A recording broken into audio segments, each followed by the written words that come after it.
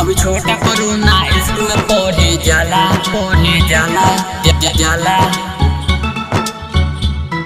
अभी छोटा corona school में पढ़े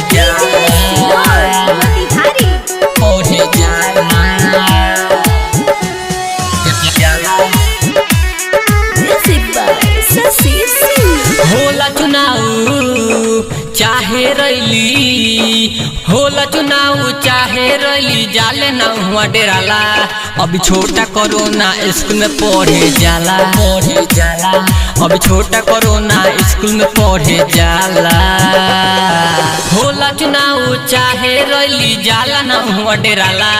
अभी छोटा कोरोना स्कूल में पढ़े जाला अभी छोटा कोरोना स्कूल में पढ़े जाला।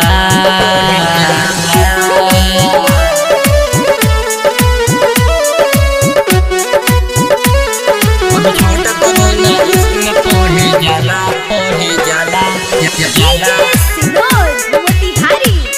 अभी छोटा कोरोना स्कूल में पढ़े जाला जहिया ई जवान होई जाई तबे अपन परिचय बताई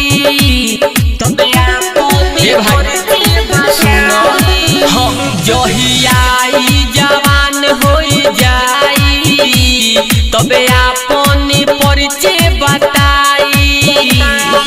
एकर उमरिया बाटे के साल के नाम ह कोरोना हवे चाइना लाल के बैर है एकर गरीबी मजदूर तन को ना एकरा सुहाला। अभी छोटा कोरोना स्कूल में पढ़े जाला अभी छोटा कोरोना स्कूल में पढ़े जाला अभी छोटा कोरोना स्कूल में पढ़े जाला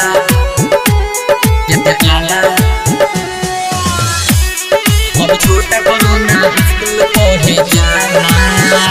नाम एकर बा जब से लिखाइल सती मिथुन बेदर्दी डेराइल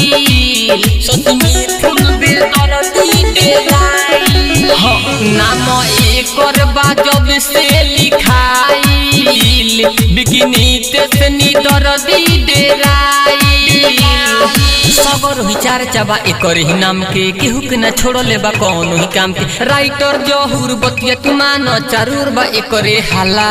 अभी छोटा कोरोना स्कूल में पढ़े जाला अभी छोटा कोरोना स्कूल में पढ़े जाला।